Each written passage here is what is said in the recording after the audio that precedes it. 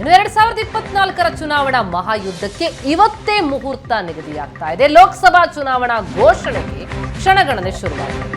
ಯಾವತ್ತು ಎಲೆಕ್ಷನ್ ಅನ್ನೋದಕ್ಕೆ ದಿನಾಂಕವನ್ನ ಘೋಷಣೆ ಮಾಡಲಿದೆ ಚುನಾವಣಾ ಆಯೋಗ. ಇವತ್ತು ಮಧ್ಯಾಹ್ನ 3 ಗಂಟೆಗೆ ಚುನಾವಣಾ ಆಯೋಗದ ಸುದ್ದಿಗೋಷ್ಠಿ ನಿಗದಿಯಾಗಿದೆ.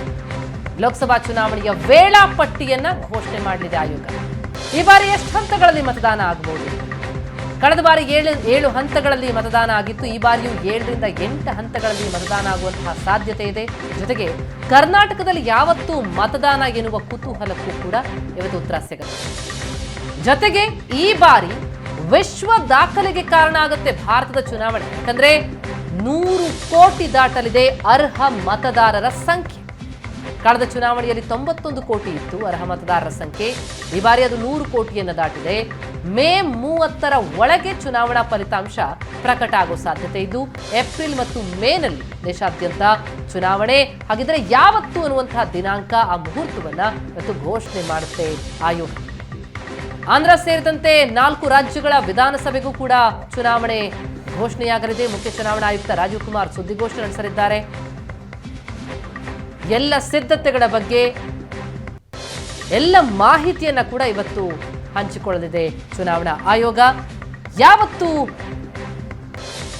ಚುನಾವಣೆ ನಡೆಯುತ್ತೆ ಅನ್ನೋದಕ್ಕೆ ಇವತ್ತು ಸ್ಪಷ್ಟವಾದಂತಹ ಚಿತ್ರಣ ಸಿಗುತ್ತೆ.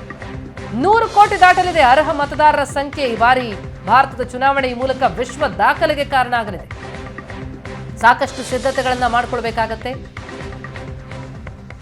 ಭದ್ರತಾ ವ್ಯವಸ್ಥೆ, ಎಲ್ಲೆಲ್ಲಿ ನಕ್ಸಲ್ ಪೀಡಿತ ಪ್ರದೇಶಗಳಲ್ಲಿ ಅರೆಸೇನಾ ಯೋಜನೆ ಮಾಡಬೇಕು. 17ನೇ ಲೋಕಸಭೆಯ ಅವಧಿ ಜೂನ್ 16ಕ್ಕೆ ಮುಕ್ತಾಯ ಆಗುತ್ತೆ. ಅಷ್ಟರೊಳಗೆ ಎಲ್ಲವೂ ಆಗಿ ಹೊಸ ಸರ್ಕಾರ ರಚನೆಯಾಗಿರಬೇಕು. ಎಲ್ಲಾ ಪ್ರಕ್ರಿಯೆಗಳು ಕೂಡ ಜೂನ್ 16ರ ಒಳಗೆ ಮುಕ್ತಾಯ ಆಗಬೇಕಾಗತ್ತೆ. ಈ ಬಗ್ಗೆ ಡೀಟೇಲ್ಸ್ ಕೊಡ್ತಾರೆ ನಮ್ಮ ದೆಹಲಿ ಪ್ರತಿನಿಧಿ ಡೆಲ್ಲಿ ಮಂಜು ಈಗ ಸಂಪರ್ಕದಲ್ಲಿದ್ದಾರೆ. ಮಂಜು, ಇವತ್ತೇ ಮಹಾ ಲೋಕಸಭಾ ಚುನಾವಣೆಯ ಮುಹೂರ್ತ ಫಿಕ್ಸ್ ಆಗಲಿರುವಂತದ್ದು. ಯಾವತ್ತು ಅನ್ನೋದ್ರ ಬಗ್ಗೆ ಕುತೂಹಲ ಏನಿದೆ ಅದೆಲ್ಲದಕ್ಕೂ ಸ್ಪಷ್ಟ ಉತ್ತರ ಸಿಗಲಿದೆ ಅನ್ನೋದು. ಹಾಗಾಗಿ ಎಲ್ಲ ಸಿದ್ಧತೆಗಳಾಗಿದೆಯಾ? ಡೀಟೇಲ್ಸ್ಗಳು ಏನೇನು ಲಭ್ಯ ಆಗ್ತಾ ಇದೆ? ಎಷ್ಟು ಹಂತ ಆಗ್ಬೋದು? ಕರ್ನಾಟಕದ ಯಾವ್ದಾಗ್ಬೋದು? ಸುಳಿವುಗಳೇನಾದ್ರೂ ಸಿಗ್ತಾ ಇದೆಯಾ? ಪ್ರತಿಮಾ, ಹೌದು, ಒಂದು ಮಹಾ ಸಮರನೇ ಅಂತ ಹೇಳ್ಬೋದು, ರಾಜಕೀಯ ಸಮರ ಅಂತ. ಈ ಸಮರಕ್ಕೆ ಇಡೀ ಭಾರತ ಮತ್ತೆ ಭಾರತದ ಮತದಾರರು ಎಲ್ಲರೂ ಕೂಡ ಸಿದ್ಧರಾಗಿದ್ದಾರೆ ಅಂತ ಕಾಣಿಸ್ತಾ ಇರುವಂತದ್ದು. ಇದರ ಜೊತೆಗೆ ಇದನ್ನ ನಡೆಸುವಂತಹ ಚುನಾವಣಾ ಆಯೋಗವು ಕೂಡ ಬಹಳಷ್ಟು ರೀತಿಯಲ್ಲಿ ಸಿದ್ಧತೆಗಳನ್ನ ಮಾಡಿಕೊಂಡಿದೆ.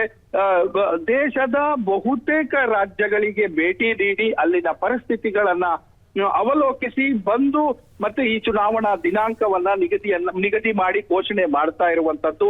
ಹೆಚ್ಚು ಕಡಿಮೆ 7 ಅಥವಾ 8 ಹಂತಗಳಲ್ಲಿ ಮತದಾನ ನಡೆಯುವಂತ ಸಾಧ್ಯತೆ ಇದೆ. 2014ರಲ್ಲಿ 9 ಹಂತಗಳಲ್ಲಿ ಆಗಿತ್ತು. ಅದಾದ ನಂತರ 2009ರಲ್ಲಿ 7 ಹಂತಗಳಲ್ಲಿ ಆಗಿತ್ತು. ಈ ಬಾರಿಯೂ ಕೂಡ 7 ಅಥವಾ 8 ಹಂತಗಳಲ್ಲಿ ಆಗುತ್ತೆ ಅನ್ನುವಂತ ಮಾಹಿತಿ ಲಭ್ಯ ಆಗ್ತಾ ಇರುವಂತದ್ದು. ಕಳೆದ ಬಾರಿಯೂ ಕೂಡ ಅಷ್ಟೇ ಕರ್ನಾಟಕ 2ನೇ ಹಂತದಲ್ಲಿ ಮತದಾನ ಮಾಡಿತ್ತು. ಅಲ್ಲೂ ಕೂಡ 2 ಫೇಸ್ ಆಗಿತ್ತು. ಕರ್ನಾಟಕದಲ್ಲೂ ಕೂಡ 2ನೇ ಹಂತದಲ್ಲಿ 2 ಫೇಸ್ ಅಲ್ಲಿ ಮಾಡಿತ್ತು. ಸೊ ಅದೇ ರೀತಿ ಈ ಬಾರಿಯ ಕುತೂಹಲಗಳು ಏನು ಅಂತ ಅಂದ್ರೆ, ಜಮ್ಮು ಕಾಶ್ಮೀರ ಅಂದ್ರೆ 370 ಆರ್ಟಿಕಲ್ ರದ್ದಾದ ಬಳಿಕ ಜಮ್ಮು ಕಾಶ್ಮೀರ ಮೊದಲ ಬಾರಿಗೆ ಎದುರಿಸ್ತಾ ಇರುವಂತಹ ಚುನಾವಣೆ ಇದು. ಅದೇ ರೀತಿ ನಮ್ಮ ಮತದಾರರ ಸಂಖ್ಯೆಯೂ ಕೂಡ ಅಷ್ಟೇ 97ರಿಂದ ಹೆಚ್ಚು ಕಡಿಮೆ 98-99 ಕೋಟಿ ಆಸುಪಾಸು ಮತದಾರರು ಈ ಬಾರಿ ಮತದಾನದ ಪ್ರಕ್ರಿಯೆಯಲ್ಲಿ ಭಾಗವಹಿಸ್ತಾ ಇದ್ದಾರೆ ಅನ್ನುವಂಥದ್ದು. ಇದಕ್ಕೋಸ್ಕರ ಸುಮಾರು ದೇಶಾದ್ಯಂತ 12 ಲಕ್ಷಕ್ಕೂ ಹೆಚ್ಚು ಪೋಲಿಂಗ್ ಸ್ಟೇಷನ್ಗಳನ್ನ ಸಿದ್ಧತೆಗಳನ್ನ ಆಯೋಗ ಮಾಡಿಕೊಂಡಿರುವಂತದ್ದು. ಈ ರೀತಿ ಬಹಳಷ್ಟು ಕುತೂಹಲಗಳು ಈ ಬಾರಿ ಇದೆ. ಅದರ ಜೊತೆಗೆ ರಾಜಕೀಯ ಪಕ್ಷಗಳು ಕೂಡ ಬಹಳಷ್ಟು ಸಿದ್ಧತೆಗಳನ್ನ ಮಾಡಿಕೊಂಡಿದೆ. ಈಗ ಆಲ್ರೆಡಿ ಕೂಡ ಕ್ಯಾಂಪೇನ್ ಕಿಕ್ ಸ್ಟಾರ್ಟ್ ಆಗಿದೆ. ಅದರಲ್ಲೂ ಕೂಡ ಕರ್ನಾಟಕ, ಇವತ್ತು ಮೋದಿ ಅವರು ಕರ್ನಾಟಕದಲ್ಲಿದ್ದಾರೆ. ನಾಳೆ ಬಹುದೊಡ್ಡ ಕಾರ್ಯಕ್ರಮ ಇಂಡಿಯಾ ಕೂಟದಿಂದ ಮುಂಬೈಯಲ್ಲಿ ನಡೀತಾ ಇದೆ. ಹಾಗಾಗಿ ತಕ್ಷಣಕ್ಕೆ ಈ ಬಾರಿ ಹೆಚ್ಚು ಒತ್ತನ್ನ ನೀಡಿದ್ದಾರೆ. ಅದು 2ನೇ ಹಂತದಲ್ಲಿ ಕರ್ನಾಟಕವೂ ಸೇರಿದಂತೆ ದಕ್ಷಿಣ ರಾಜ್ಯಗಳ ಕೆಲವು ರಾಜ್ಯಗಳಲ್ಲಿ 2ನೇ ಹಂತದಲ್ಲಿ ಮತದಾನ ನಡೆಯುತ್ತೆ ಅನ್ನುವಂತ ಸೂಚನೆಗಳು ಕಾಣಿಸ್ತಾ ಇದೆ. Pratima, yes, thank you so much Manju ತಮ್ಮೆಲ್ಲ ಮಾಹಿತಿಗೆ.